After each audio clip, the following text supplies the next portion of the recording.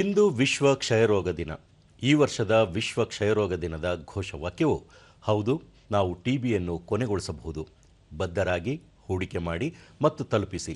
ಕ್ಷಯರೋಗವನ್ನು ಕೊನೆಗೊಳಿಸಲು ಏಕೀಕೃತ ಮತ್ತು ಸಂಘಟಿತ ಜಾಗತಿಕ ಪ್ರಯತ್ನದ ಅಗತ್ಯವಿದೆ ಎಂಬ ತಿಳುವಳಿಕೆಯನ್ನು ಪ್ರತಿಬಿಂಬಿಸುತ್ತದೆ.